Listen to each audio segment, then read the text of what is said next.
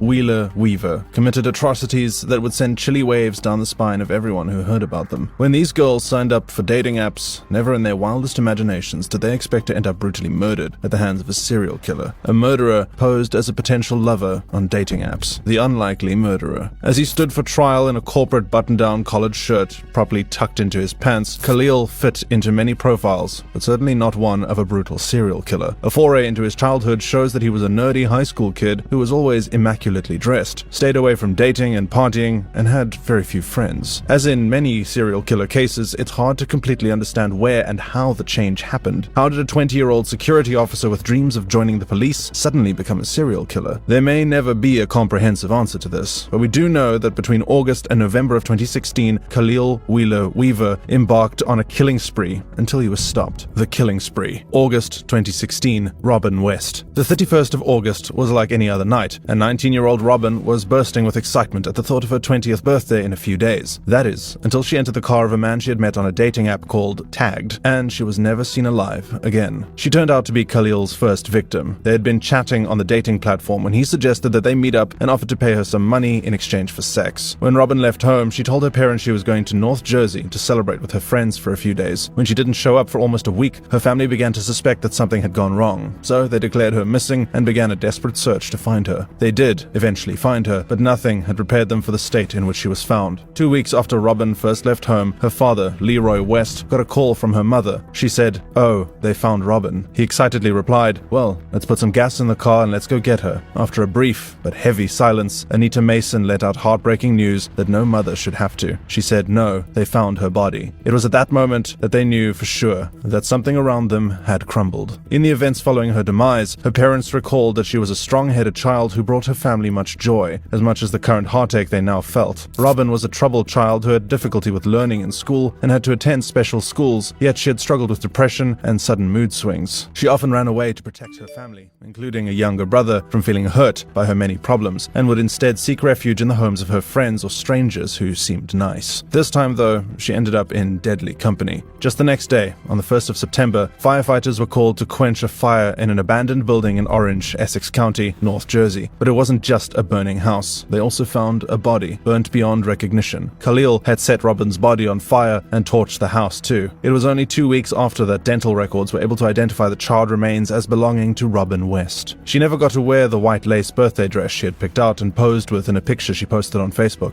Several media outlets reported her death, calling her a Philadelphia hooker or Philadelphia escort, much to the dismay of her parents, who insisted that despite the circumstances of her death, she was a young woman who didn't deserve to die in such a horrific way. They also mentioned that they didn't believe she was involved in sex work, as there had been no indications of that. Little did the police and media know that she was only the first of many victims who would die a gruesome death at the hands of a serial killer who was now prowling around free. October 2016. Mawa Doumbia, Joanne Brown. Joanne Brown fit the description of the type of victims Khalil was after. Vulnerable women whose absence he felt would not be missed. People he could murder and get away scot-free. She was a 33-year-old sex worker, homeless and looking out for avenues to get money for her next meal and a place to stay. On the 22nd of October, she got into her killer's car and was never seen again. Her body was found in an abandoned house not far away from where Robin West's body was also found. Joanne had been strangled to death using her own clothing. Her jacket was tied around her neck and duct tape covered both her mouth and nose. By the time her body was found, Khalil Wheeler Weaver had murdered another woman. In fact, the body of his fourth victim, Sarah Butler, was found days before Joanne's body was discovered. However, it appears that his second victim was not even Joanne, but another girl whose body was not found until 3 years later. She was Mawa Doumbia, a 15-year-old girl who went missing in October of 2016. Investigators report that Khalil picked her up at her family's residence on the 7th of October in Newark, after which he took her to a vacant building in Orange, where her body was found 3 years after. Their online conversations show that the serial killer had requested they meet for sex, only to eventually murder her. Their chats also revealed that he had offered her $70 in exchange for sex. After she was reported missing by her father and sister, the police said they made attempts to locate her to no avail until the 19th of April 2019, when the remains of a girl were found on the second floor of an old carriage house. She appeared to be face down, and an autopsy showed that she was killed by ligature strangulation. Officials said that the ground floor had been in use for storage, but the second floor had not been used for years. In 2021, it was confirmed that she was Mawa Doumbia. November 2016, Sarah Butler. She was in her sophomore year at New Jersey City University and had come home to Montclair, New Jersey for Thanksgiving break. On the 22nd of November 2016, She borrowed her mother's van to meet up with her friend. Sarah was actually on her way to meet Khalil. They had met on Tagged, and after a series of chats, the notorious killer asked her to meet up with him for sex and offered to pay her $500 in exchange. Reports from investigators would show that this was not the first time she had agreed to meet with him in person, but all the previous times she had backed out for one reason or the other. This time, she was nervous even as she drove to meet the man who would snuff her life out. It seemed she had a gut feeling that something was wrong. Just before she left her house, she had asked him, "You're not a serial killer, right?" Well, he was. Sarah did not show up at home the next morning, and her family and friends got worried. She was declared missing, and a report was lodged with the police, but it was her close friends taking up the role of detectives that led to the end of Khalil's killing spree. Almost 10 days after the 20-year-old went missing on the 1st of December, her body was found at the Eagle Rock Reservation in West Orange. She was covered by a bunch of leaves and detritus and had been strangled with the clothes she was wearing, caught in his own snare. His final victim, Sarah Butler, turned out to be his nemesis. Her family and friends decided to throw their weights into the investigation to solve the mystery of her disappearance. Her sister, Basania Daly, and two friends, Lamia Brown and Samantha Rivera, went into action immediately. Lamia knew her passwords, and so she promptly logged into her social media accounts, including her tagged profile, and discovered that her last contact was Khalil Wheeler Weaver. They began to suspect that it was he who was responsible for Sarah being missing, but he identified as Lil Yacht Rock on the social platform, so there was no way for them to find out his real name. In an attempt to lure him and track him down, they set a trap for him using the same dating app he had used to ensnare all his other victims. Samantha created a false profile, and with sex on the table, the same Lil Yacht Rock began to pressure her to meet up. Immediately after, she went to the police, telling them all they had discovered, and right then, while she was still at the counter speaking to officers, the dating app killer called her. So, she let them listen to the conversation and press the record button. Khalil was to meet her at Panera Bread Cafe in Montclair. Would he show up? He did, but this time, his mission would be thwarted. He was intercepted by police officers in the parking lot and rigorously questioned. However, he still wasn't arrested, since Sarah Butler's body had not yet been found. Police officers marked him as a person of interest, not a suspect, but they had their hunches about him due to the speed with which he reached out to Samantha and insisted on meeting her in person. Adam B. Wells of the Essex County Prosecutor's Office, the lead prosecutor in the case, said, "Getting this initial contact with Wheeler Weaver was a big early break. It gave us more reason to be suspicious of him." After the body of his last victim was found, he was promptly arrested and taken in for interrogation. When investigators looked into his phone, they found out that the innocent-looking man was far more sinister than his appearance would indicate. It all began to come together. Pieces of the puzzle formed a clear picture. When Robin West's body was found, Khalil had been questioned because he was the last person seen with her, yet he maintained a calm demeanor, saying that he took her out to eat and dropped her a few blocks away from where her body was found. He even took the officers to the house where he claimed to have dropped her off. At that time, the police said he was a calm and helpful witness who was eager to answer their questions. But after his arrest, his phone records showed otherwise. His search history showed that he had made some scary searches, such as how to make homemade poison to kill humans, what chemical could you put on a rag and hold to someone's face to make them go to sleep immediately, and how to avoid being tracked. His cell phone geolocation also showed all the locations where he had picked up the women, and that he had also visited the same places where the bodies of the murdered women had been found. Another shocking discovery was that Khalil had actually gone back to the scene of the burning house after initially fleeing. As the firefighters fought to put out the fire, he was right there, watching. If this isn't scary, I don't know what is.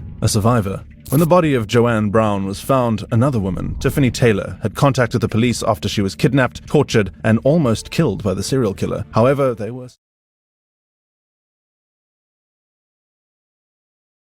34-year-old sex worker who had agreed to meet Khalil for sex in exchange for money. However, he seemed to have other plans. While they were in the car, he hit her on the head and she immediately lost consciousness. By the time she woke up, she was in the back seat, tied up and with duct tape plastered all over her face. Her supposed client was strangling and raping her at the time as she slipped in and out of consciousness. Eventually, the duct tape came off her mouth and she continued to scream and cry. She was in handcuffs, but she managed to convince him to take her back to the motel where they had met, claiming that she had left her phone there. He agreed, knowing that her call log and messages could be used against him. At the motel, she managed to lock him out of the room and call 911. Sadly, when the police arrived, Taylor said they were only concerned about confirming if she was a sex worker, even though there were still handcuffs on one of her wrists. It was only months after that, Khalil Wheeler Weaver was apprehended by police. Tiffany testified against Khalil at his trial, saying that she was more than 100% certain he was the one, especially since she had met him before, the day he tried to kill her. She also mentioned that Sarah would still be alive if the police had listened to her earlier. Visibly shaken by her experience with the serial killer, she said, "My whole life life is different. I don't wear makeup anymore. I don't have friends. I'm always paranoid, but I'm happy to still be here. A lifetime sentence. Khalil continued to deny his involvement in the killings despite eyewitness accounts and indisputable evidence. He said, "I do feel sympathy for the victims. My heart goes out to the families and friends. However, I was not the person who committed these crimes. I was set up." The judge and jury would have none of this, stating that the accused had thought he could prey on the women because they were vulnerable and that no one would care enough to search for them or hunt down their killer. He was found guilty and subsequently sentenced to 160 years in prison with no chance of parole until after 140 years. He was in court again in early 2022, standing trial for the death of Mawa Doumbia, whose body was discovered years after his first sentence. Undoubtedly, Khalil Wheeler Weaver will spend the rest of his life in prison. At his sentencing, Sarah Butler's father said, "I hope you suffer, boy, every night." Were you intrigued by that story? Want to keep going?